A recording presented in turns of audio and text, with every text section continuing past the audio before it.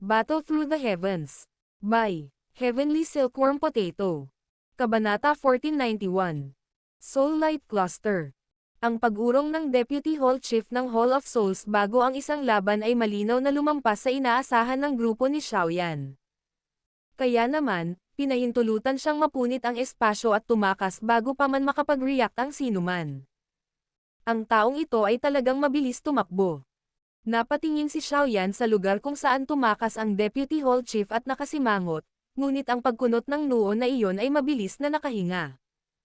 Ang Deputy Hall Chief ng Hall of Souls ay hindi isang ordinaryong tao. Siya ay may lakas ng isang advanced 3-star Daosheng. Kung hindi sila sinasamahan ni Ziyan ngayon, tiyak na sumiklab ang isang napakalungkot na labanan.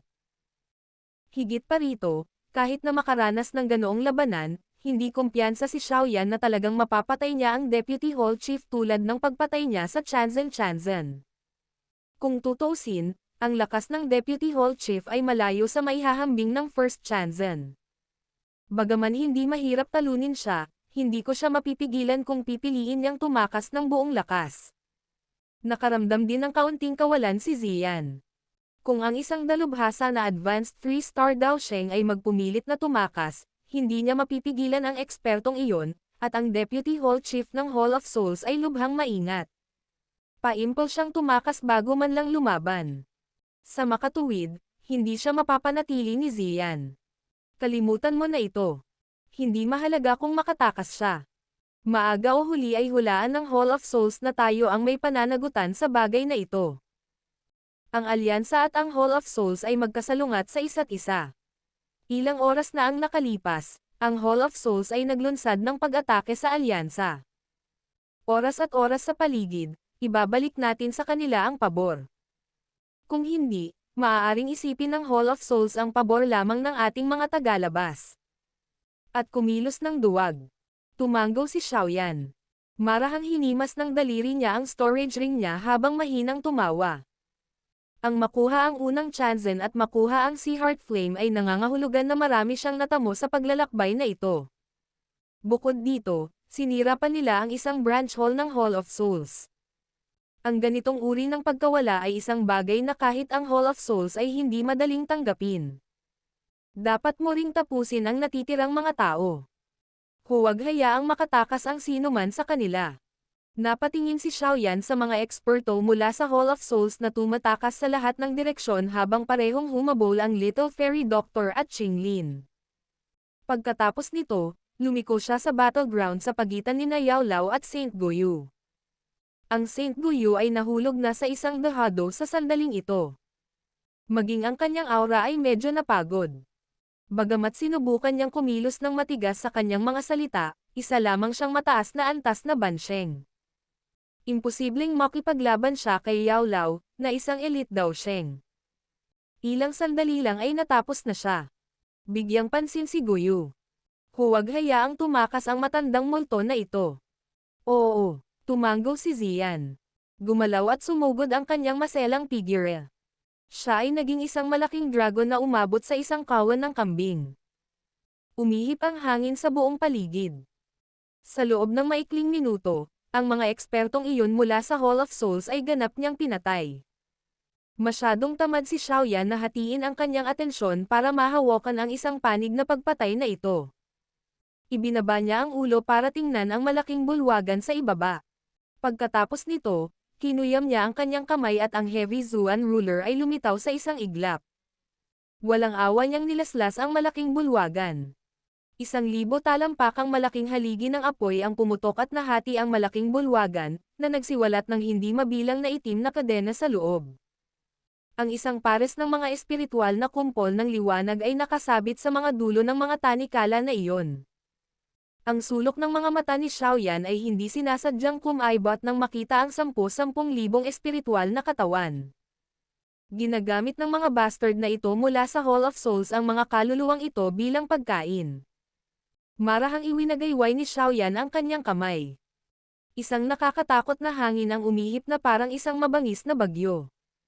Naputol ang mga tanikala at ang mga kaluluwa sa loob ng mga kumpol na iyon ay nagmulat ng kanilang mga mata sa sandaling ito. Tumingin sila sa paligid nila sa isang mahina at nawawalang paraan. Pagkatapos nito, naglabas ng napakasayang espiritual na pagbabago. Bagamat hindi nila alam kung ano ang eksaktong nangyari, nakatikim sila ng kalayaan. Sila ay nakakulong sa lugar na ito sa hindi kilalang bilang ng mga taon bilang mga bilanggo. Kung minsan, maging ang kamatayan mismo ang naging tanging pag-asa nila. Kayong lahat ay dapat umalis. Huwag hayaang mahuli ka muli ng Hall of Souls. Marahang bamantong hininga si Xiaoyan. Pagkatapos ay nagsalita siya habang pinagmamasdan ang mga kaluluwang iyon. Ang ilan sa kanila ay tila tuwang-tuwa at nasa sabik na sila ay naluluha. Maraming kaluluwa ang nagtagal sa langit. Ang ilan ay lumuhad kay Xiaoyan habang ang iba ay malalim na yumuko sa kanya. Sa wakas, sumipol sila palabas ng harang at tuwang-tuwang tumungo sa labas ng mundo. Hindi sinasadyang umiling si Xiaoyan habang pinagmamasdan ang paglisan ng mga kaluluwang iyon. Tatalikod na sana siya nang may biglang pumasok sa puso niya. Napatingin ang kanyang mga mata sa bulwagan na naging mga guho nang malabo niyang naramdaman ang kakaibang pagbabago mula sa kaibuturan nito. Saglit siyang nag-alinlangan bago siya dahan-daang lumapag. Marahan niyang iwinagayway ang kanyang kamay habang ang nakakatakot na hangin ay nagpalipad ng 1,000 talampakang malaking batong haligi. Si Xiaoyan ay mabilis na naghukay ng mas malalim. Naghiwalay ang mga guho upang ipakita ang isang malaking hukay sa isang kisap mata. May 5 talampakang laking light cluster na nasuspine sa hukay. Ang light cluster ay transparent. Ang panlabas nito ay nakakabit sa toneladang itim na kadena. Ang kabilang dulo ng mga tanikala na ito ay konektado sa mga kaluluwang tumakas kanina. Ang liwanag na kumpol na ito ay ang bagay na nabuo mula sa mga espiritual na katawan noon. Ito ay nakakunot ang noo ni Xiaoyan habang nakatingin sa light cluster na ito. Nararamdaman niya ang isang lubhang nakakatakot na espiritual na pagbabago sa loob ng light cluster. Bukod dito, ang espiritual na pagbabagong ito ay napakadalisay. Walang kahit isang karumihan ang nahalo sa loob nito. Ito ang diwa ng isang kaluluwa. Ang boses ni Yao Lao ay ipinadala mula sa likod ni Xiaoyan. Lumingon si Xiaoyan at nakita si Yao Lao na bumaba mula sa langit. Ang matandang aswang na iyon na si Guyu ay mabilis na naalis pagkatapos na mamagitan si Ziyan. Kaya naman, si Yao Lao ay malayang tumingin sa paligid. Soul Essence. Dahan-daang ungol ni Xiaoyan. Sa sandaling ito, natural na naiintindihan niya ang isang bagay. Ang kaluluwa ang naging batayan ng buhay. Ang lahat ng nabubuhay na nilalang ay nagtataglay ng isang kaluluwa at sa kaibuturan ng kaluluwa ay isang pahiwatig ng diwa ng kaluluwa. Ito ang pundasyon para sa pagbuo ng isang kaluluwa. Ito ay maaaring inilarawan bilang ang pinakamisteryoso ngunit purong enerhiya sa mundo. Ang napakaraming esensya ng kaluluwa ay nangangailangan ng hindi bababa sa 1,000,000 kaluluwa. Medyo komplikado ang ekspresyon ni Yao Lao habang sinabi niya. Ang Soul Light Cluster na ito ay dapat na koleksyon ng manhole sa paglipas ng mga taon. Ang Deputy Hall Chief ay nagmamadaling makatakas kaya hindi siya nagdala ng ganoong mahalagang bagay. 1,000,000 kaluluwa. Marahang bamantong hininga si Xiaoyan. Ang mga pamamaraan ng Hall of Souls na ito ay talagang mabisyo. Upang makuha ang diwa ng kaluluwang ito, kinailangan nilang kumonsumo ng 1,000,000 kaluluwa. Bukod dito, ito ay ang manhole lamang. Marami pa ring branch hole sa buong Central Plains. Ang mga lugar na iyon ay malamang na nagtataglay din ng isang misteryosong bagay. Ang Hall of Souls na ito ay talagang ang salot ng buong kontinente. Talagang salot sila. Hindi na itago ni Yao Lao ang puot sa kanyang mukha. Ginamit ng Hall of Souls na ito ang lahat ng uri ng pamamaraan upang makamit ang mga kasuklam-suklam na layunin nito. Ang gayong misteryoso at malupit na pamamaraan ay kaunti lamang ang pagkakaiba sa pagkuha ng dugo o laman ng isang buhay na tao. Bukod dito, ang pamamaraang ito ay marahil ay mas mabangis. Nagtataka ako kung ano ang pinaplanong gawin ng Hall of Souls sa pamamagitan ng pangangalap ng napakaraming kaluluwa. Napakunot ng noo si Xiaoyan. Nadama niya na ang diwa ng kaluluwang ito ay tiyak na kasangkot sa isang malaking pamamaraan. Ang pagsipsip sa Soul Essence ay magpapalakas sa espiritual na lakas ng isang tao. Kung ang isa ay nagtataglay ng napakaraming soul essence, maaaring makapasok ang isa sa maalamat na D-state kung siya ay mapalad. Dahan-daw ang paliwanag ni Yao Lao. Ang ibig bang sabihin ng guro ay na may mula sa Hall of Souls, hindi, ang Han Clan ay nagpaplano na itaas ang kanyang spiritual strength sa D-state. Ito ba ang dahilan kung bakit sila nanghuhuli ng mga kaluluwa? Para alisin ang kaluluwa sa kanila. Tanong ni Xiaoyan na may gulat na boses. Malamang ito ang kaso, ngunit hindi ako makasigurado. Pinlano nila akong paikop sa kanila noong nahuli ako ng Hall of Souls noon. Mukhang kailangan nila ang aking alchemist skills para tulungan silang gumawa ng isang bagay, ngunit hindi ako pumayag na tulungan sila. Kaya, hindi ko alam kung ano ang kailangan nilang gawin ko. Batay sa aking hula, ito ay dapat na nauugnay sa kanyang kaluluwa na asensya at nakipag-usap sa isang yarrow. Kumunot ang noo ni Xiaoyan nang marinig ang hulang ito. Ang iba't ibang mga palatandaan na ito ay nagpapahiwatig na ang Hall of Souls ay tila naghahanda ng isang bagay. Ang koleksyon ng mga kaluluwa upang pinuhin ang kakanyahan ng kaluluwa ay tila isang hakbang ng marami.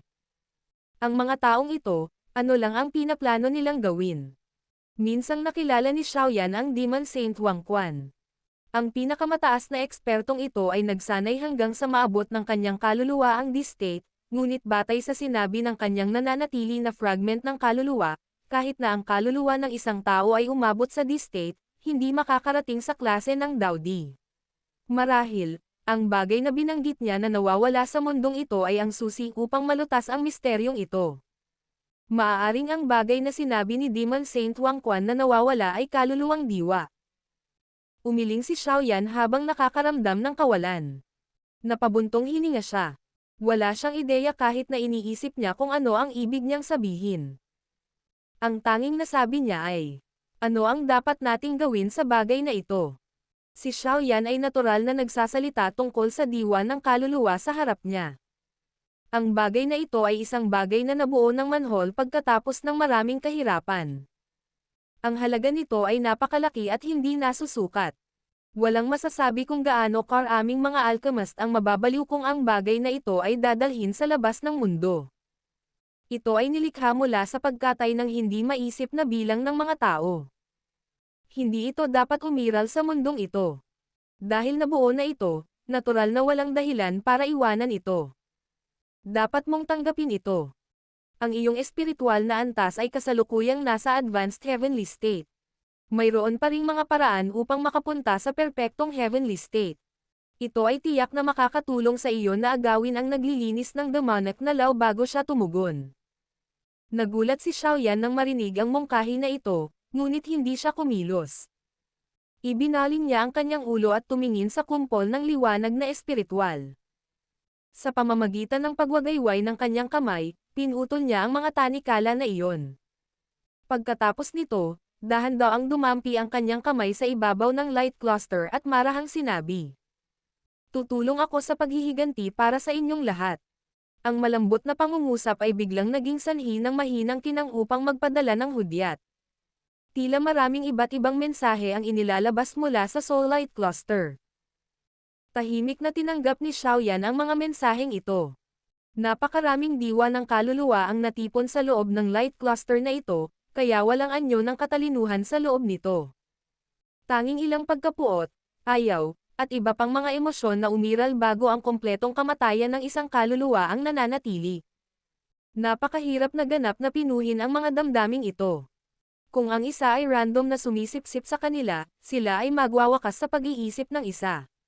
Gayunpaman, ang nag-iisang pangungusap na iyon mula kay Xiaoyan ay tila tahimik na nalutas ang mga nakatagong negatibong emosyon na ito. Ito ay maaaring ituring na isa pang anyo ng katalinuhan na nabuo ng diwan ng kaluluwang ito. Kahit na kapag namatay sila, gagamitin nila ang kanilang huling lakas para pahirapan ang mga pumatay sa kanila. Bagamat mukhang madaling lutisin ang mga emote na ito, ang mga mula sa Hall of Souls ay hindi kailanman magbibigkas ng mga ganoong salita. Battle Through the Heavens. Kabanata 1492.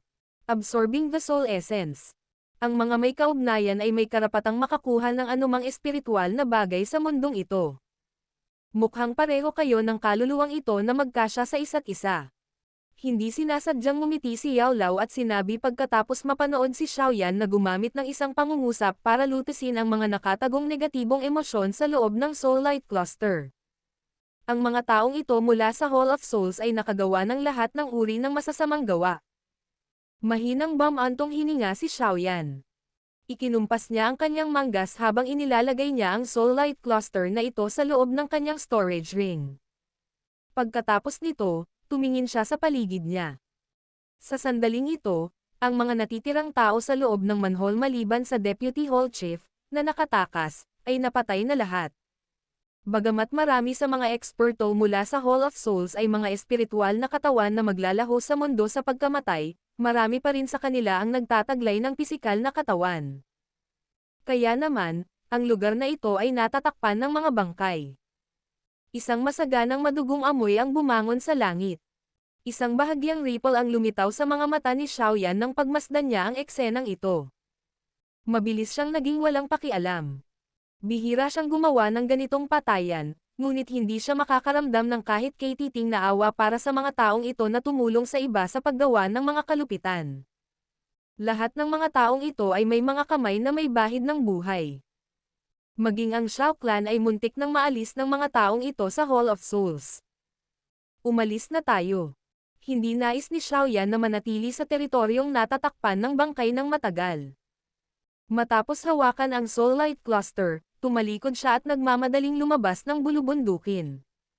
Si Yao Lao at ang iba pang nasa likod ay maingat na hinanap ang lugar bago sila mabilis na sumunod sa kanya. Humigit kumulang 10 minuto pagkatapos umalis ang grupo ni Xiaoyan, ang espasyo sa isang bundok na di kalayuan ay nagsimulang magbago. Isang itim na figure ang lumitaw mula rito at tuluyang pumasok sa mga guho ng bulwagan. Mabilis na naging malungkot ang kanyang ekspresyon matapos makita ang mga nahukay na guho.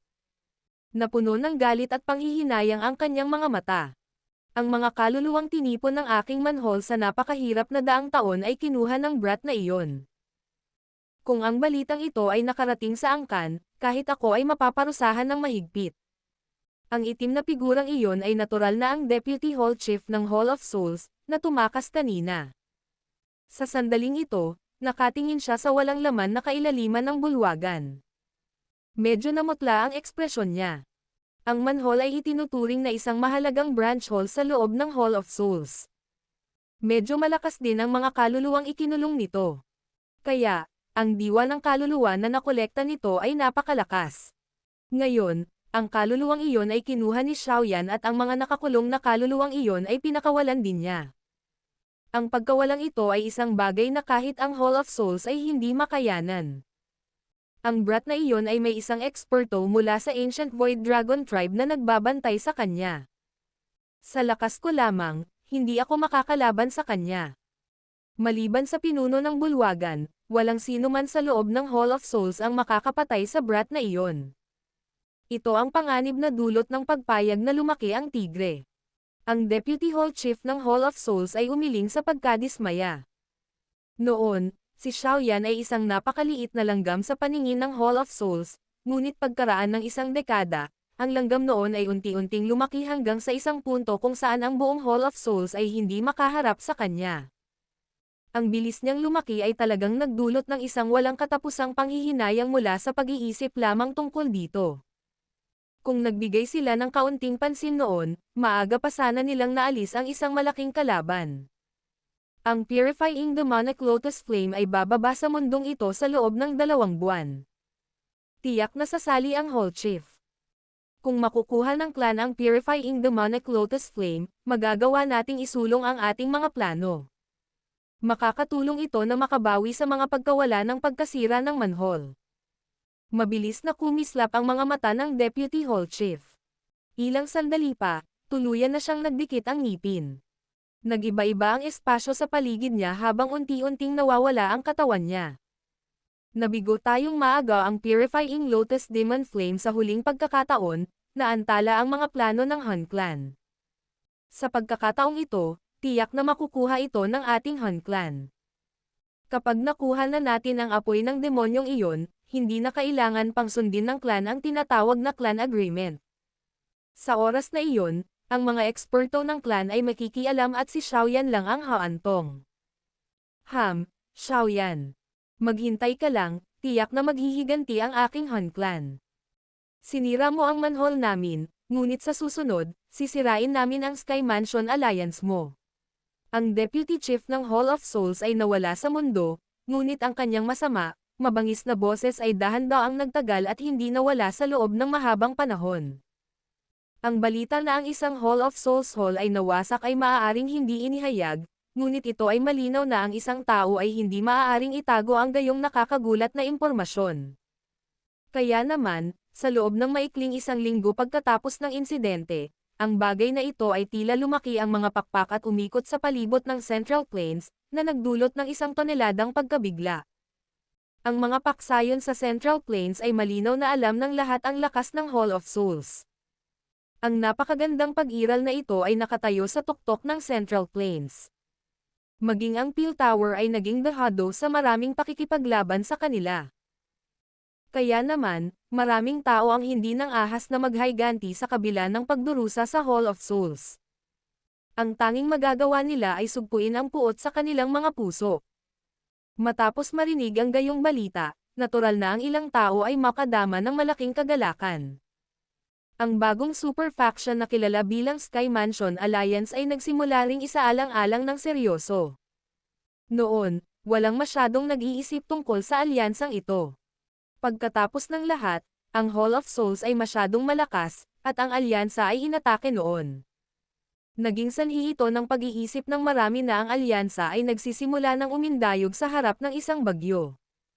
Gayunpaman, ginawa ng alyansa ang aksyon na ito upang ipaalam sa lahat na ang Sky Mansion ay hindi natatakot sa Hall of Souls. Ang isang bagay na tulad ng pagsira sa manhole ng 3 tiang ang hall ay isang bagay na hindi pa nagawa ng Peel Tower kahit na sa panahon ng kanilang digmaan sa Hall of Souls. Sa pagkakataong ito, ang alyansa ay nagtagumpay na gawin ang hindi nila magagawa. Ang Sky Mansion Alliance ay walang alinlangan na ipinakita sa lahat na sila ay nagtataglay ng lakas upang labanan ang Hall of Souls. Dahil sa pagkawasak ng manhole, ang buong Central Plains at ang alyansa ay nagwakas na nagkaroon ng sobrang kapana-panabik na kapaligiran. Habang nangyari ito, nagpapahinga si Xiaoyan ng ilang araw, para ma-refine at ma-absorb niya ang soul essence sa lalong madaling panahon. Ang kanyang espiritual na estado ay nasa advanced na heavenly state. Siya ay medyo mas malakas kaysa kay Yao Lao, ngunit mayroon pa ring isang estado pagkatapos ng advanced na estado na ito. Ito ay ang perpektong makalangit na estado. Pagkatapos lamang maabot ang perfect heavenly state magiging posible na umunlad sa maalamat na D-state. Ang kaluluwa ng D-state ay bihirang nabuo kahit noong sinaunang panahon. Ang mga maaaring umabot sa antas na ito ay karamihan sa mga pinakamataas na pag-iral noong panahong iyon. Ang isang halimbawa ay ang isang tulad ng Demon Saint Wang Quan. Bagamat ang pagpasok sa D-state ay hindi nangangahulugan na ang isang tao ay maaaring maging isang tunay na Daodi, mayroong isang punto na hindi kailangang pagdudahan. Matapos maabot ang rurok ng 9 na bituin ng klase ng Daosheng, ang espiritual na lakas ng isang tao ay magbibigay daan sa lakas ng isang tao na pumailang lang lampas sa limitasyon at muling umunlad. Ang isa ay maaaring maging ang tinatawag na half-D na pag-iral tulad ng Demon Saint Wang Quan. Siyempre, ang pagsulong ng espiritual na kalagayan ng isang tao ay napakahirap. Halos walang nakarating sa perfect heavenly state kahit sa buong kontinente. Ang misteryosong ninuno na iyon ng Small Peel Tower, na gustong maglibang sa mundo ay maaaring isang tao. Ang mga pinuno ng angkan ng Go at ng angkan ng Han ay maaaring umabot din sa ganoong estado, ngunit anuman ang bilang ng isa, ang mga bilang ay magiging napakaliit. Nakaupo si Xiaoyan sa isang malaking bato sa isang bundok sa Star Realm habang ang isang layer ng mga ulap ay lumulutang sa paligid nito. May 5 talampakang laking light cluster na lumulutang sa kanyang harapan. Isang banayad at dalisay na kinang-ang patuloy na ibinubuga mula rito. Dama po ang liwanag sa nakapalibot na damo at mga dahon, na naging dahilan upang maging mas mayaman ang mga ito. Pinag-aralan ng mga mata ni Xiaoyan ang soul light cluster na ito habang siya ay marahan na huminga. Inilahad niya ang kanyang kamay at hinawakan ang kumpol ng liwanag. Kasunod ng pakikipag-ugnay na ito, naramdaman ni Xiaoyan ang malawak at makapangyarihang lakas na taglay ng Soul Essence Cluster na ito. Ang pakiramdam na iyon ay naging sanhi ng sobrang init ng kaluluwa sa kanyang noo. Puff! Napalaki ang bibig ni Xiaoyan. Isang kumpol ng kulay abong kayumangging apoy na may malabong asol ang iniluwa. Ang heavenly flame sa loob ng kanyang katawan ay napino na ang Sea Heart Flame. Siyempre, hindi gaanong mahalaga ang paglago pagkatapos na pinuhin ang heavenly flame na ito, isang bagay na inaasahan ni Xiaoyan. Ang kanyang lakas ay umusad lamang ng kaunti, ngunit hindi sapat upang maabot ang intermediate second star ng Daosheng class. Ang flame mantra ay bumuti din ng kaunti, ngunit ito ay sumulong lamang mula sa quasi-Tian class na Chi method tungo sa isang Tian class na mababang level na Chi method. Hindi halata ang pagtaas. Hindi nalungkot si Xiaoyan dahil sa sitwasyong ito dahil ang kanyang puso ay handa para dito. Isa na siyang elite na si Daosheng, na iba sa lakas niya noon. Ang isang ordinaryong heavenly flame ay hindi na mahuli ang kanyang mata. Lumitaw ang apoy at lumutang sa ibaba ng kumpol ng liwanag ng kaluluwa bago ito naging isang nagngangalit na apoy na bumabalot sa kumpol ng liwanag. Kahit na ang diwa ng kaluluwa ay medyo dalisay, ito ay isang bagay na nakuha mula sa Hall of Souls.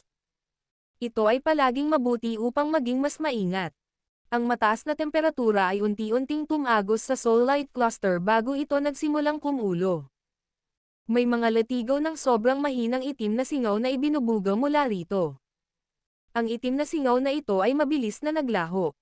Nagtaas ng kilay si Xiaoyan nang makita ang mga itim na singaw na ito. Nararamdaman niya ang napakahinang pag-iisip sa loob ng mga ito. Ang mga ito ay ipinasok ng mga eksperto mula sa Hall of Souls. Kung ang isa ay sumisipsip ng mga itim na tendrils na ito sa kanyang kaluluwa, sila ay magreresulta sa isang matinding sekwela. Ang mga taong ito mula sa Hall of Souls ay talagang napakabisyo. Ikinaway ni Xiaoyan ang kanyang manggas. Ang apoy ay pumailan lang habang ito ay ganap na pinadalisay ang lahat ng mga itim na singaw na nakatago sa kaibuturan ng liwanag na kumpol. Matapos alisin ang mga itim na singaw na ito, ang Soul Light Cluster ay naging mas malinaw. Sa isang sulyap, tila isa itong ilusyon. Nagpatuloy ang pagpipino na ito ng kalahating oras bago dahan-daang ikinalat ni Xiaoyan ang apoy. Napatingin siya sa malakristal na Soul Cluster sa kanyang harapan at tuluyang bumantong hininga.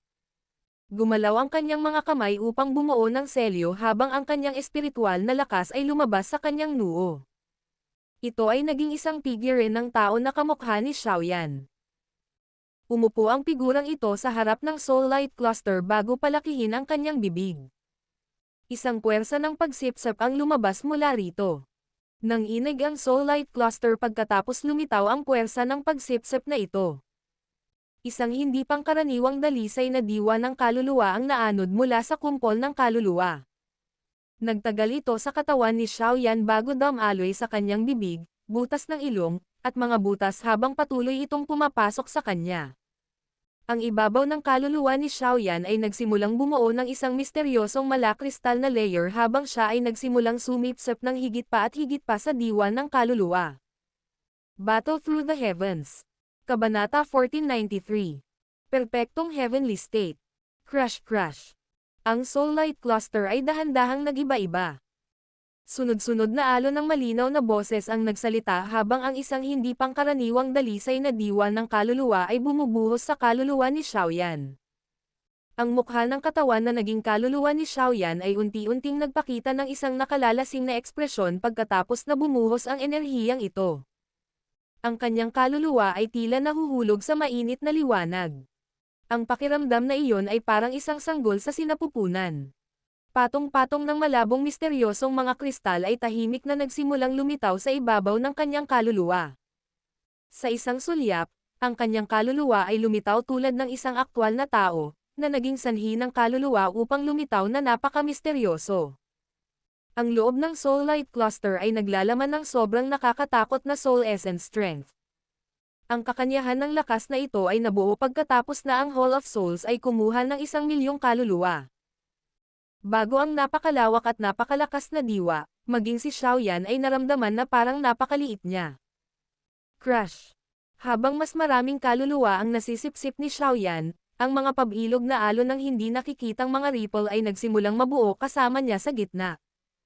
Ang hindi nakikitang ripple na ito ay naging dahilan upang ang lugar sa loob ng 10,000 talampakan ng bundok ay biglang naging ganap na tahimik. Lahat ng nabubuhay na nilalang sa loob ng kagubatan ng bundok ay nakadama ng presyon na nagmula sa kanilang mga kaluluwa. Ang pressure na ito ay naging sanhi ng kahit na ang pinakamabangis na magical beast sa loob ng bundok na humiga sa lupa sa takot. Hindi man lang sila naglakas loob na magpakawalan ng dagandong. Swoosh! Medyo matindi ang aktibidad ng pagsasanay ni Xiaoyan. Ang pagbabago-bagong iyon ay maaaring mukhang hindi nakikita, ngunit ito ay nagtataglay ng isang presyon na hindi maaaring labanan ng isa. Di nagtagal pagkatapos kumalat ang ripple, mabilis itong na-detect ng maraming eksperto sa loob ng Falling Star Pavilion. Maraming tao ang nagmamadaling pumunta, ngunit bigla nilang naramdaman na namula ang kanilang mga ulo ng nasa 10,000 talampakan na sila mula sa bundok na pinagsasanayan ni Xiaoyan. Ang ilan sa kanila ay hindi nagawang panatilihing matatag ang kanilang mga katawan at nagpakita ng mga palatandaan ng pagbagsak mula sa langit. Ang maraming mga eksperto ay nakadama ng pagkabigla na lumitaw sa kanilang mga puso. Nagmamadali silang umatras at unti-unting bumuti ang pakiramdam pagkatapos umalis sa isang 10,000 talampakan radius ng bundok. Gulat na gulat ang kanilang mga mata habang nakatingin sa bundok na may mga ulap na nananatili sa ibabaw nito.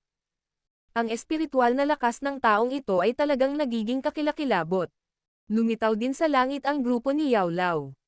Nakatingin ang kanilang mga mata sa malayong bundok na may seryosong ekspresyon.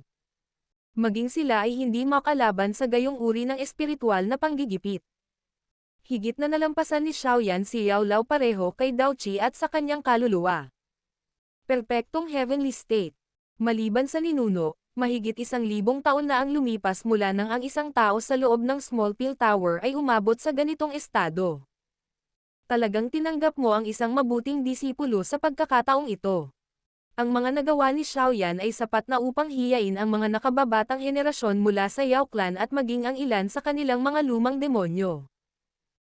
Ang mga mata ng First Elder mula sa Small Pill Tower ay medyo naiinggit habang nakatitig sa bundok kung saan nagsanay si Xiaoyan. Marahan siyang napabuntong hininga. Ang kanyang espiritual na estado ay nanatili sa advanced na heavenly state sa loob ng 100 taon, ngunit hindi niya nagawang mahawakan ang perpektong heavenly state. Posibleng sabihin kung gaano kahirap na itaas ang espiritual na kalagayan ng isa. Bahagyang ngumiti si Yao Lao. May saya na hindi maitago sa kanyang mga mata. Ang kakayahan ni Xiaoyan na maabot ang yugtong ito ay lumampas sa kanyang pinakamaligaw na inaasahan. Kung tatalakayin ang talento, maraming tao ang mas mahuhusay kaysa kay Xiaoyan, ngunit dahan-daang nagtiyaga si Xiaoyan. Siya ay gumawa ng isang hakbang sa isang pagkakataon sa isang antas na nag-iwan sa mga lubhang mahuhusay na individual na tumitingin. Ang pagkamit sa antas na ito ay nangangailangan ng ilang swerte, tiyaga, at maraming karanasan sa buhay at kamatayan. Yao Clan. Kapag mayroon akong oras sa hinaharap, tiyak na pupunta ako doon kasama si Xiaoyan. Wala akong ibang iniisip tungkol sa clan na ito, ngunit kailangan kong tiyakin na ang mga pangalan ng aking mga magulang ay nakaukit sa clan tablet. Ito ang pangakong ibinigay ko sa kanila noong namatay sila noon. Inilagay ni Yao Lao ang 2 kamay sa likod niya at tumingin sa malayong kanlurang kalangitan. Ang kanyang mga mata ay naglalaman ng ilang kalungkutan na bihirang makita. Ang buong buhay niya ay medyo magulo. Sa kabutihang palad, pinagkalooban siya ng langit ng pag-asa sa kanyang pinakamalungkot na sandali. Sa malayong bundok na iyon ng angkan ng Xiao sa lungsod ng Wutan sa malayong nakaraan, inilagay niya ang kanyang huling taya sa malambot na kabataang iyon. Nagtataka ako kung gaano katagal magsasanay si Xiaoyan sa pagkakataong ito. Bilang pagbibilang ng mga araw, ang Purifying Demonic Lotus Flame ay lilito sa lalong madaling panahon. Batay sa impormasyong nakuha ko, ang Hall of Souls ay tahimik na nagsimulang kumilos. Tina-target nila ang Purifying Demonic Lotus Flame. Si Feng Zunzi, na nasa likod ni Yao Lao, ay nagsiwalat ng ilang balita. Relax, Majay, gising siya sa tamang oras. Ngayon, tahimik na lang tayong maghintay para sa kanyang paglusob. Bukod pa rito, maglabas ng utos na walang sino man ang pinapayagang pumasok sa lugar sa loob ng 10,000 talampakan mula sa kung saan nagsasanay si Xiaoyan. Bahagyang ngumiti si Yao Lao. Hindi siya nagpatuloy na manatili. Sa halip, gumalaw ang kanyang katawan, at dahan-dahan siyang bumalik sa main hall. Naiintindihan. Isang araw pagkatapos ng isa pang lumipas sa gitna ng tahimik na pagsasanay na ito, ngunit ang espiritual na pagbabago na kumalat mula sa bundok ay hindi nawala. Sa halip, unti-unti itong lumakas, at pagkatapos ng isang buwan, halos buong Star Realm ang naapektuhan ng ripple na iyon. Kaya naman, maliban sa isang pares ng mga tao, ang iba ay maaari lamang sumuko sa paglipad na may mapait na mukha. Matitiis lamang nila ang espiritual na panggigipit na dumidiin sa kanilang mga likod sa pamamagitan ng pagpili na tumakbo sa lupa. Walang magawa ang grupo ni Yao Lao na harapin ang pressure.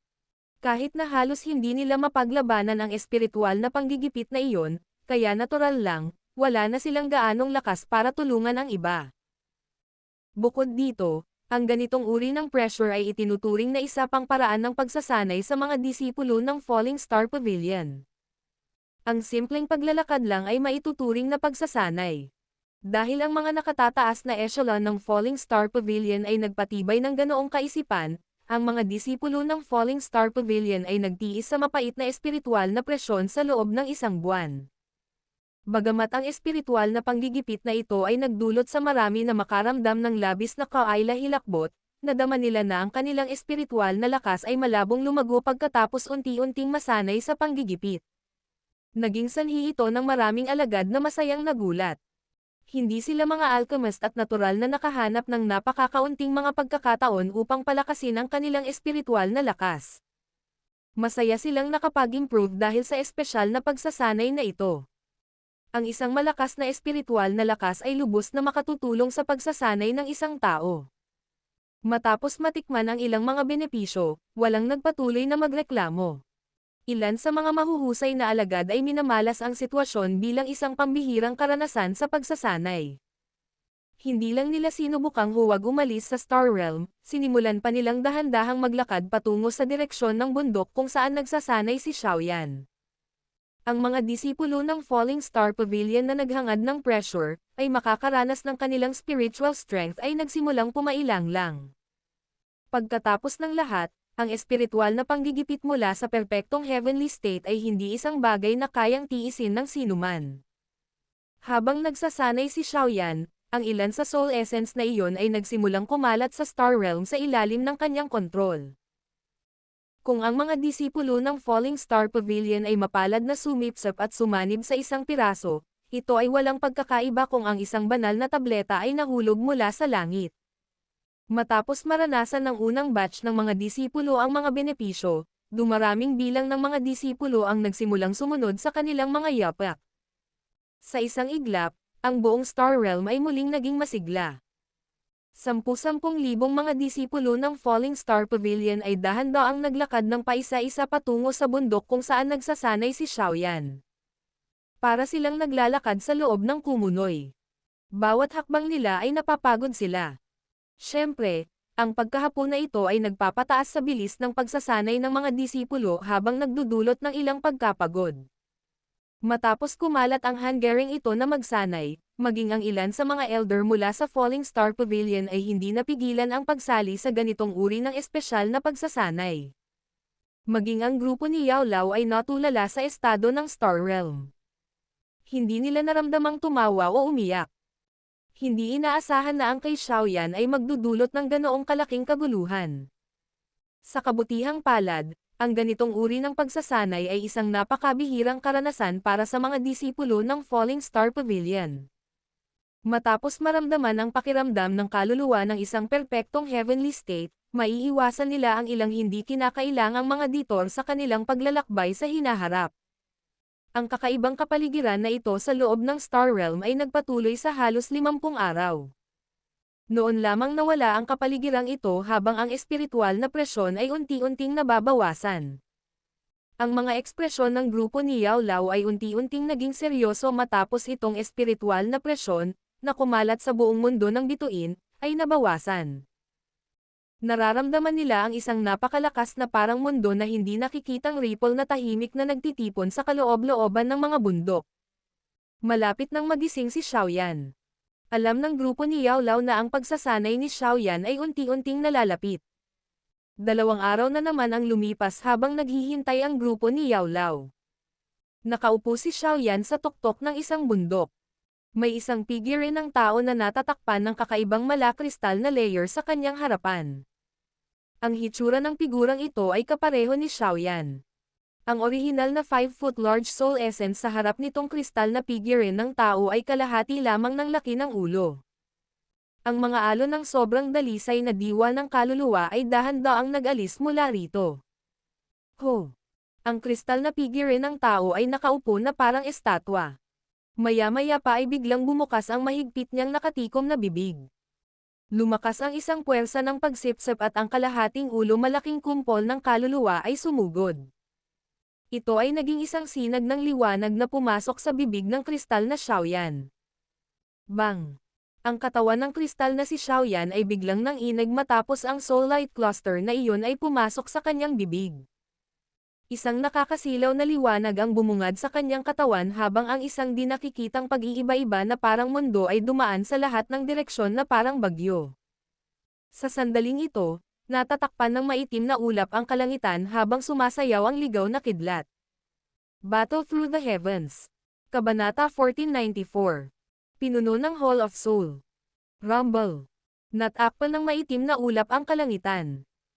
Ang kidlat ay kumikislap na parang pilak na ahas habang ang kulog ay umaalingaw-ngaw at umaalingaw-ngaw sa buong bituin. Kasabay nito, ang isang napakalaki na hindi nakikitang ripple ay tahimik na tumangay mula sa bundok na parang isang bagyo. Nakakatakot na espiritual na pagbabago-bago. Ang grupo ni Yao Lao ay nagsiwalat ng mga seryosong ekspresyon habang pinagmamasdan nila ang hindi pangkaraniwang pangyayari sa kalangitan na pinukaw ng malawak at makapangyarihang espiritual na lakas. Bakas sa mga mata ni Yao Lao ang pagkabigla. Ang espiritual na lakas ng perpektong heavenly state ay talagang ganito kalakas. Ngayon, ang espiritual na lakas lamang ni Xiaoyan ang makakalaban sa isang 2-star na si Dao Sheng. Hinimas-himas ng First Elder ng Small Peel Tower ang kanyang balbas at dahan-daang sinabi. Ang ilang sorpresa ay lumitaw sa mga mata ni Ziyan sa gilid. Ang pisikal na katawan ng Ancient Void Dragon ay hindi maihahambing na malakas, ngunit ang kanilang espiritual na lakas ay hindi kapani-paniwalang mahina. Kahit na ang isang kasing lakas niya ay nakaramdam pa rin ng kaunting pagyanig sa gayong espiritual na pagbabago. Ito ay usap-usapan na kung ang isang tao ay sumulong sa maalamat na D-state, ang kaluluwa ng isang tao ay hindi masisira. Kahit na ang kaluluwa ng isang tao ay pilit na naduraj, ang nagtatagal na binhi ng kaluluwa ay unti-unting magsasama-sama, na magbibigay daan sa isa na maipanganak muli. Ang perpektong heavenly state na ito ay maaaring mas mababa sa D-state, ngunit ang lakas nito ay tiyak na hindi isang bagay na maihahambing ng advanced heavenly state. Nagsalita si Yao Lao sa seryosong boses. Kapag naabot ng kaluluwa ng isang tao ang perpektong heavenly state, ito ay walang pinagkaiba sa pisikal na katawan ng isang tao. Posibleng paghiwalayin ang kaluluwa ng isang tao kapag nakikipaglaban upang ito ay magsanib kamay sa pisikal na katawan ng isa. Ang pagtutulungan ng dalawang iyon ay hindi matutumbasan. Ang lakas ng isang tao ay tataas din ng maraming beses. Tumawa ang First Elder mula sa Small Peel Tower. May pagkainggit ang kanyang pagtawa. Bago sumulong sa perpektong heavenly state, ang kaluluwa ng isang tao ay lilito pa ring mahina. Sa normal na pagsasalita, walang tatawag dito. Kung tutusin, napakalaki ng pinsalang matatanggap ng isang tao kung ang kaluluwa ng isa ay nasaktan.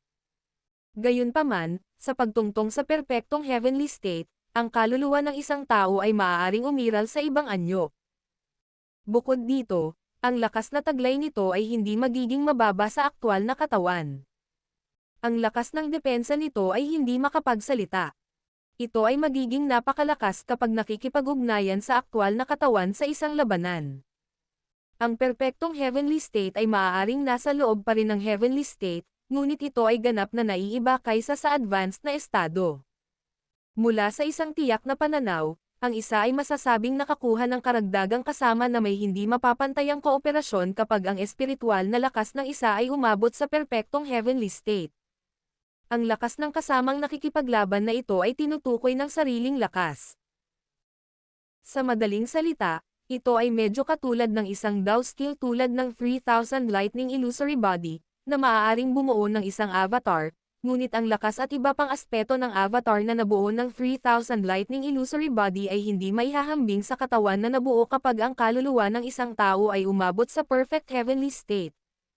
Ang di nakikitang espiritual na lakas ay tahimik na umaalon mula sa makakapal na ulap na parang mga alon ng tubig.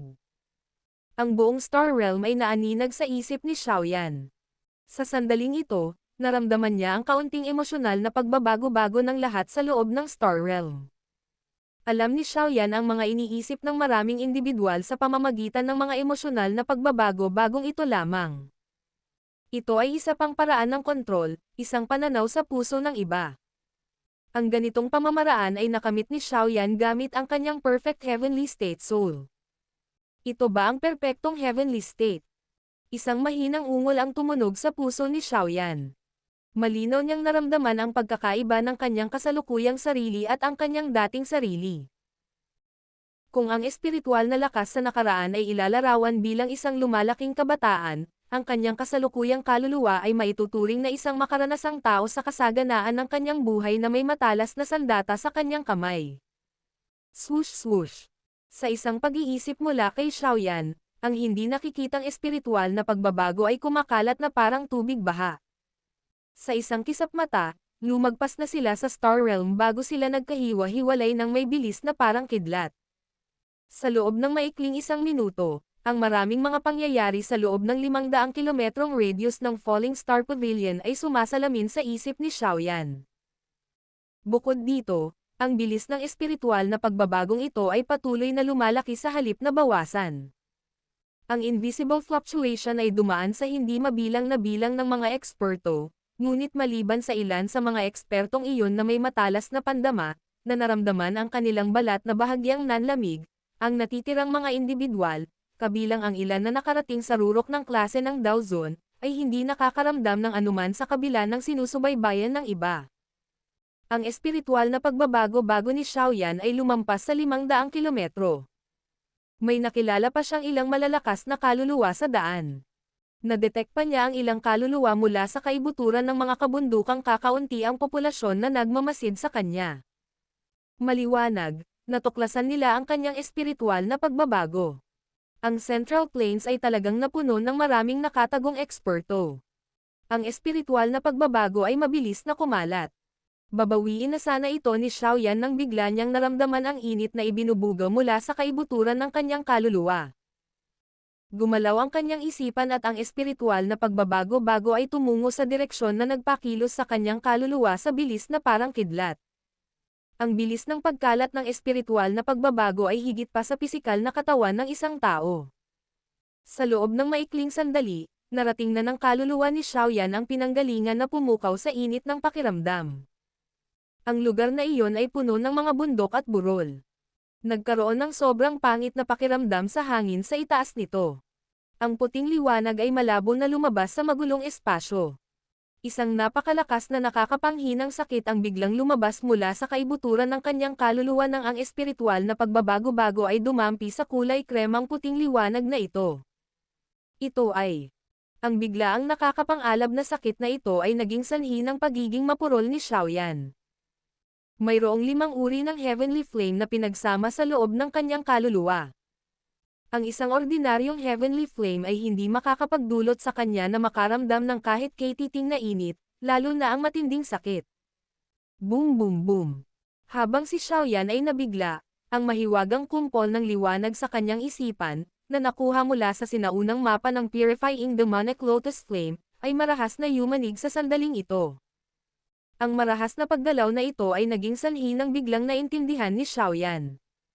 Nakaramdam siya ng hindi kapani-paniwalang pagkabigla habang nakatingin sa baluktot na espasyo sa hangin.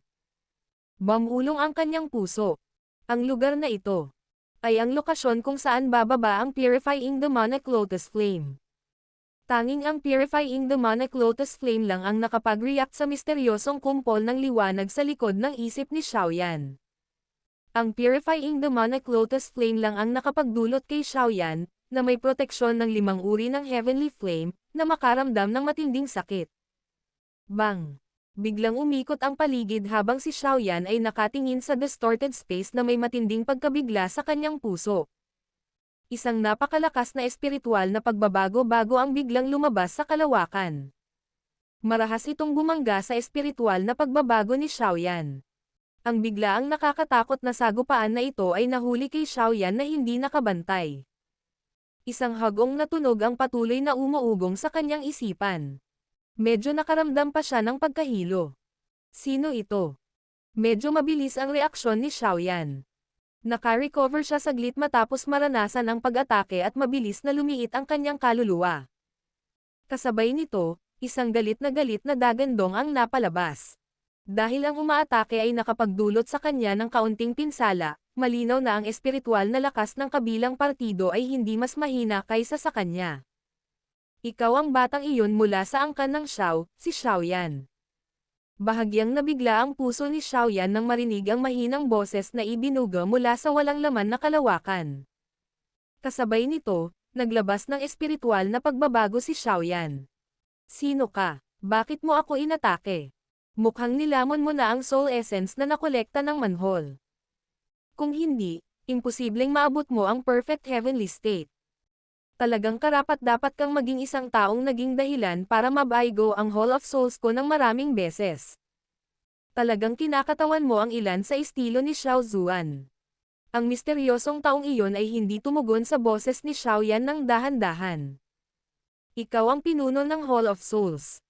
Isang matinding pagbabago ang biglang lumabas mula sa loob ng kaluluwa ni Xiaoyan. Sino pa sa loob ng Hall of Souls maliban sa pinuno ng bulwagan, na hindi pa nagpapakita ng sarili, ang nakapagsanay ng kanyang kaluluwa sa ganoong antas.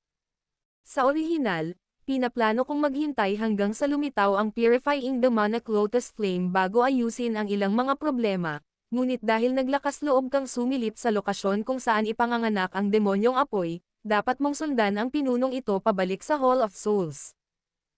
Ang kaluluwa ng asensya ng aking Hall of Souls ay hindi isang bagay na tatangkilikin ng sinuman. Matapos tumunog ang walang pakialam na boses na iyon, biglang naramdaman ni Xiaoyan na tila naging kulungan ang lahat ng nasa paligid niya. Maging ang kanyang kaluluwa ay naging matamlay. Ang iyong espiritual na lakas ay talagang napakalakas. Sa kasamaang palad, ang iyong aktwal na katawan ay masyadong mahina. Ang bakanteng espasyo ay nagiba-iba habang ang isang malaking itim na kamay, na 2,000 talampakan ang laki, ay nabuo sa kalangitan. Inabot nito ang espasyo kung saan matatagpuan ang kaluluwa ni Xiaoyan. Han Miesheng, hindi ba't sobra-sobra na ang pag-atake mo sa isang nakababatang henerasyon dahil sa katayuan mo? Isang mahinang boses ng matanda ang biglang tumunog habang ang malaking itim na kamay ay umaatake kay Xiaoyan. Isang katulad na malaking kamay ang nabuo sa langit at biglang nagsagupaan ang dalawa. Lumawak ang isang nakakatakot na espiritual na bagyo habang ang paghihigpit sa nakapalibot na espasyo ay nabasag. Matandang aswang, talagang sinusubaybayan mo rin ang purifying demonic lotus flame. Agad na sumigaw ang Hall Chief ng Hall of Souls matapos maarang ang kanyang pag-atake. Hindi ko lang nais na mapunta ito sa mga kamay ng iyong Hall of Souls. Ang matanda na boses na iyon ay dahan-daang sumagot. Umalis ka sa lugar na ito. Isang matanda na boses ang tumunog sa puso ni Xiaoyan sa sandaling nabasag ang spatial prison. Naramdaman ni Xiaoyan na ang kanyang kaluluwa ay tila marahas na itinulak. Isang tunog na parang kulog ang lumitaw sa tabi ng kanyang tainga. Sa loob ng maikling sandali, nawala sa isip niya. Bakas sa ulo niya ang malamig na pawis. Ang isang baka ay dahan-daang kumakain ng damo sa isang bukid na libu-libong kilometro mula sa Falling Star Pavilion habang ang kaluluwa ni Xiaoyan ay bumalik sa kanyang katawan. May isang lalaki sa kanyang kabataan sa likod ng baka. Dahan-dahan niyang inangat ang kanyang ulo at tumingin sa malayong hilagang kanlurang kalangitan. Isang matanda at karanasang ekspresyon, na tila nakita sa lahat ng bagay sa mundo, ang pumuno sa malinaw na mga mata na iyon. Ang pagsilang ng apoy ng demonyo ay hindi sinasadyang haantong sa isang nakakaalansang lupa na labanan. Ang kabataang nagpapastol ng baka ay bumantong hininga na may malambing na boses. Iniwas niya ang kanyang latigo at ang baka ay dahan-daang tumungo sa malayo. Battle Through the Heavens. Kabanata 1495. Ang demonic flame ay bumababa sa mundo. Sa tuktok ng isang bundok, binuksan ni Xiaoyan ang kanyang mga mata na may malamig na pawis sa kanyang buong katawan. Ang kanyang mga mata ay puno ng seryosong ekspresyon. Hindi niya inaasahan na aakayin siya ng kanyang gumagala na kaluluwa upang makilala ang mailap na pinuno ng bulwagan ng Hall of Souls. Kung hindi tumulong ang misteryosong ekspertong iyon, medyo mahirap para kay Xiaoyan na makatakas. Kahit na si Xiaoyan ay hindi mas mababa sa pinunong iyon ng Hall of Souls sa mga tuntunin ng isang espiritual na banggaan, tama ang sinabi ng hepe na napakalaki ng agwat sa pagitan ni Xiaoyan at ng kanyang aktwal na lakas. Ang pinuno ng Hall of Souls ay malamang na mas malakas pa kaysa kay Ziyan. Dahan-daang bumantong hininga si Xiaoyan. Pinigilan niya ang mabilis na pagtibok ng puso niya. Masyadong mapanganib ang bagay mula kanina. Ang taong iyon ay talagang karapat-dapat na maging pinuno ng Hall of Souls. Ang kanyang kaluluwa lamang ay maaaring maging sanhi ng pakiramdam ni Xiaoyan na walang magawa. Gayunpaman, iniisip ko lang kung sino ang mahiwagang ekspertong iyon. Sa palagay ko ay hindi ko kilala ang ganoong kalakas na tao. Bakit niya ako tinulungan? Kumunat ang noo ni Xiaoyan. Sa wakas ay nakuha niya ang ideya kung gaano karaming mga nakatagong eksperto ang nasa Central Plains pagkatapos ng espiritual na paglilibot na ito. Muntik na siyang makatagpo ng sakuna kahit na sa kanyang kaluluwang perfect heavenly state. Dahil ang mahiwagang ekspertong iyon ay handang tumulong sa akin, malamang na kaibigan siya sa halip na isang kaaway. Kung matutuklasan ko ang kanyang pagkakakilanlan, maaaring malaking tulong siya. Namilog ang mga mata ni Xiaoyan. Ang mahiwagang ekspertong iyon mula kanina ay malinaw na hindi natatakot sa pinuno ng Hall of Souls. Hindi man lang siya napunta sa dahado nang magkasagupaan sila. Nakakita pa ng takot si Xiaoyan sa sigaw ng Hall Chief. Walang maraming tao sa loob ng kontinenteng ito na maaaring takutin ang isang eksperto tulad ng pinuno ng Hall of Souls. Sumimangot si Xiaoyan at nag-isip sandali, ngunit hindi ito nagtagumpay. Napailing na lang siya. Inangat niya ang kanyang ulo at tumingin sa hilagang kanluran. Isang napakainit na apoy ang sumayaw sa loob ng itim niyang mga mata. Marami siyang natamo mula sa espiritual na paglalakbay na ito. Hindi lamang niya nakilala ang pinuno ng Hall of Souls, natuklasan din niya ang lokasyon kung saan lilito ang apoy ng demonyo. Ang distorted space na iyon ang nagsil sa purifying demonic lotus flame sa loob. Gayunpaman, mula sa paraan kung paano lumitaw ang pinuno ng Hall of Souls at ang mga mahiwagang eksperto sa lugar na iyon, halatang natukoy na ito ng mga pinakadakilang eksperto. Kaya naman, naging bantay sila noon.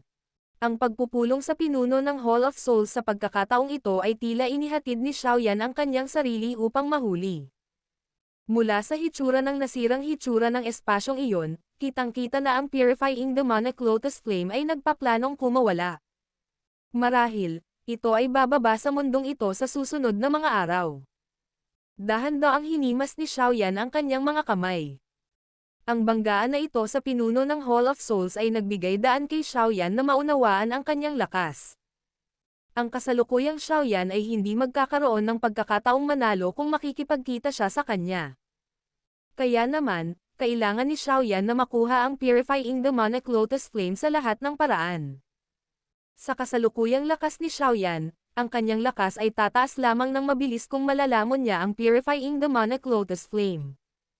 Sa sandaling iyon, hindi na niya kailangang katakutan ang pinuno ng Hall of Souls. Bagaman, sa likod ng pinuno ng Hall of Souls ay ang mas nakakatakot na Han Clan. Paano makikipag-away si Xiaoyan sa angkan ng Han kung hindi man lang niya kayang harapin ang mga tao mula sa Hall of Souls? Dapat malaman na ang nakakatakot na paksayon na ito ay pinatay pa ang kanyang ninuno na si Xiao Zuan. Dapat kong makuha ang purifying demonic lotus flame. Naikuyom ni Xiaoyan ang kanyang kamao. Biglang dumampi ang kamay niya sa noo niya. Ang mahiwagang kumpol ng liwanag na iyon sa kanyang ulo, na nakuha mula sa sinaunang mapa, ay muling naging kalmado pagkatapos bumalik ang kanyang kaluluwa sa kanyang katawan. Kahit na may perfect heavenly state spiritual strength ni Xiaoyan, hindi siya nakapasok sa light cluster na iyon. Mukhang nag-react ang bagay na ito sa purifying demonic lotus flame. Ito ay malamang na isang bagay na iniwan noon ng maalamat na purifying demon lotus saint. I wonder kung para saan ito. Bahagyang kumunot ang noo ni Xiaoyan. Siya ay gumugol ng maraming pagsisikap upang tipunin ang lahat ng mga fragment ng mapa upang makakuha lamang ng isang lihim na alam na ng marami. Kung walang ibang gamit ang light cluster na ito, mararamdaman ni Xiaoyan ang udyok na kaladkarin ang purifying demonic lotus saint palabas para sampin siya. Walang magawa ang mga daliri ni Xiaoyan sa kanyang ulo. Ibinalik niya ang mga kaisipang ito sa kanyang puso at tumayo. Isang ideya ang pumasok sa kanyang isipan at ang espiritual na lakas sa kanyang noo ay lumabas. Nagsama-sama ito sa isang parang buhay na figure ng tao. Tiningnan ni Xiaoyan ang espiritual na figure sa kanyang harapan, nakapareho niya ang hitsura. Ang mukha ni Xiaoyan ay puno rin ng buhay. Hindi ito mukhang mapurol o tamad. Pareho silang mukhang kambal sa di kalayuan. Xiaoyan. Ngumiti si Xiaoyan patungo kay Xiaoyan sa kanyang harapan habang iniaabot niya ang kanyang kamay. Pakiusap, alagaan mo ako. Ngumiti din ang Xiaoyan na nabuo ng kaluluwa ni Xiaoyan. Inabot niya ang kamay niya at kinuha ang kamay ni Xiaoyan. Ang eksenang ito ay lumitaw na sobrang nakakatawa at medyo kakaiba. May dalawang Xiaoyan talaga. Isang bahagyang pagbabago-bago ang lumitaw sa kalangitan nang lumitaw ang isang grupo ng mga tao. Napatingin sila sa dalawang figurang magkahawak kamay at nagulat sila. Bumitaw si Ziyan ng isang tandang. Nagmamadali siyang bumaba na may curious na mukha at hinawakan silang dalawa para mas malapitan. Isang espiritual na avatar na eksaktong kamukha ng aktwal na katawan ng isang tao. Ang perpektong heavenly state ay nabubuhay ayon sa reputasyon nito. Ang First Elder mula sa Small Pill Tower ay dahan-daang lumapag. Tiningnan niya ang avatar ni Xiaoyan, na puno ng buhay, habang hindi niya sinasadyang pinuri. Bukod dito, ang lakas nito ay hindi mas mahina kaysa sa orihinal na katawan. Anumang pagtutulungan ng dalawa ay maaari ding ilarawan bilang perpekto. Ang dalawa ay nagpupuno sa isa't isa at nagtataglay ng medyo nakakatakot na lakas. Hinaplos ni Yao Lao ang kanyang balbas habang nakangiti ito. Ngumisi si Xiaoyan. Ikinumpas niya ang kanyang kamay at nawala ang espiritual na avatar sa kanyang harapan. Ito ay naging espiritual na lakas na sumugod sa noo ni Xiaoyan. Hahaha. Sa wakas natapos mo na ang iyong pagsasanay. Batay sa oras, ang purifying demonic lotus flame ay lilito sa mundo sa lalong madaling panahon. Hindi pa rin tayo sigurado kung saan ito lilito. Gayunpaman, pagdating ng panahon, tiyak na ito ay isang kaganapang nakakapanghina ng lupa. Natatawa si Feng Zunzi. Alam ko na ang lokasyon kung saan lilito ang apoy ng demonyo. Bahagyang ngumiti si Xiaoyan. Saglit siyang nag-alinlangan matapos makita ang mukha ni Feng Zunzi na natulala. Sa wakas ay sinabi niya. Natuklasan ko ito noong gumagala ang aking kaluluwa kanina. Bukod pa rito, nakipag-ugnayan ako sa pinuno ng Hall of Souls. Bahagyang nagbago ang ekspresyon ng lahat ng naruroon nang marinig ang impormasyong ito. Maraming pares ng mga mata ang nakatutok kay Xiaoyan. Ang pinuno ng Hall of Souls ay isang napakalakas na pag-iral at ang pinakamisteryosong tao sa loob ng Hall of Souls. Ang kanyang lakas ay maaaring hatiin ang langit at hiwain ang lupa. Napakalakas niya. Anong nangyari? Tanong ni Yao Lao na may seryosong ekspresyon. Ikinalat ni Xiaoyan ang kanyang mga kamay at halos ipinaliwanag ang pangyayari kanina. Mukhang pinupuntirya talaga ng Hall of Souls ang purifying demonic lotus flame. Nakabantay na sila. Bahagyang kumunot ang noo ni Yao Lao. Napaisip siya sandali bago nagsalita. Hindi ko mahulaan ang pagkakakilanlan ng mahiwagang ekspertong iyon. Gayunpaman, malamang nakaibigan siya dahil tinulungan kanya. Bahagyang tumanggaw si Xiaoyan. Hindi mo kailangang bigyang pansin ang usapin tungkol sa pinuno ng Hall of Souls. Ang paglitaw ng Purifying Demonic Lotus Flame ay magiging isang magandang kaganapan sa lupa. Sa oras na iyon, ang mga sinaunang angkan na iyon ay tiyak na makikialam. Ang angkan ng Go ay hindi magiging exception. Natural na mayroong iba pang mga eksperto na nakikipag-ugnayan sa pinuno ng Hall of Souls sa oras na iyon. Ang kailangan lang nating gawin ay ang isang purifying flame. Naikuyom ni Yao Lao ang kanyang kamay. Isang bote ng jade ang lumitaw sa loob nito. Isang pill cloud ang nananatili sa loob ng jade bottle at isang dark red medicinal pill na tahimik na lumutang dito. Ang mga alon ng hindi pangkaraniwang malamig na aura ay dahan-daang naglalabas mula sa loob ng bote ng jade, na naging sanhi ng pagbagsak ng ilang tuldok ng yelo mula sa langit sa loob ng 100 talampakan ng bote na ito. Ito ang 9 Yin Yellow Spring Pill. Sa loob ng 2 buwan mong pagsasanay, pareho kaming nagsanib ni First Elder para matagumpay itong pinuhin. Tinanggap ni Xiaoyan ang bote ng jade at ang lamig ay bumangon mula sa kanyang mga paa hanggang sa kanyang puso. Bum-antong hininga siya. Katatapos lang ng kanyang hininga nang maging isang nagyayelong haligi na nahulog na may kaluskos na tunog. Ito talaga ang 9 Yin Yellow Spring Pill. May problema akong guro at First Elder. Nakaramdam ng kasiyahan si Xiaoyan nang agad niyang pinasalamatan ang dalawa. Ang 9 Yin Yellow Spring Pill ay isang tier siyam na treasure pill. Malamang na hindi madaling pinuhin kahit na parehong nagtutulungan ang First Elder at Yao Lao. Ngumiti si Yao Lao at mabilis na sinabi. Ngayong handa na ang lahat, ang kailangan lang nating gawin ay hintayin ang pagsilang ng Purifying Demonic Lotus Flame. Kung makukuha natin ito ay depende sa kapalaran. Kung tutusin, itong Purifying Demonic Lotus Flame ay hindi pa nasupil ng sino man kahit na ito ay lumitaw sa mundo noong nakaraan. Tahimik na tumango si Xiaoyan. Alam niya kung gaano kahirap supalan ang Purifying Demonic Lotus Flame. Ano man ang kaso, kailangan niyang gawin ang kanyang makakaya. Si Xiaoyan, na matagumpay na nagsanay ng kanyang kaluluwa sa perfect heavenly state, ay unti-unting naging malaya sa mga sumunod na araw. Nagpadala na rin ng mga especially iya mula sa mga alyansa. Narating nila ang lokasyong natagpuan ng kaluluwa ni Xiaoyan at nagsimula ng investigasyon. Siyempre, hindi lang ang Sky Mansion Alliance ang gumawa ng mga ganoong aksyon. Ang mga sinaunang sekta at paksayon sa buong Central Plains, na karaniwang hindi naghahayag ng kanilang mga sarili, ay nakatuon lahat sa lugar na iyon. Ang paglitaw ng Purifying Demonic Lotus Flame ay napukaw ang karamihan sa mga bukas o palihim na paksayon na may kakayahang agawin ito. Ang kagubatan sa bundok na iyon, na kadalasang desyerto, ay naging lubhang masigla. Nagpatuloy ang mga nakatagong operasyong ito sa loob ng 4 na araw. Si Xiaoyan, na nakaupo sa matayog na puno sa Falling Star Pavilion, ay biglang nagmulat ng kanyang mga mata. Inangat niya ang kanyang ulo at tumingin sa malayong kalangitan. 2 buwan, isa sa itaas at isa sa ibaba, ay biglang lumitaw. Kasabay nito, dahan-daang lumilipat ang 9 na matangkad na bituin sa langit sa harap ng maraming pares ng nakatulala na mga mata. Sa wakas, nakabuo sila ng isang tuwid na linya. 2 buwan ang sabay-sabay na lumilitaw, 9 na bituin na nakahanay, isang pagtaas ng tubig sa mundo, bumababa ang apoy ng demonyo. Ang Purifying Demonic Lotus Flame ay sa wakas ay bumaba na sa mundo sa sandaling ito.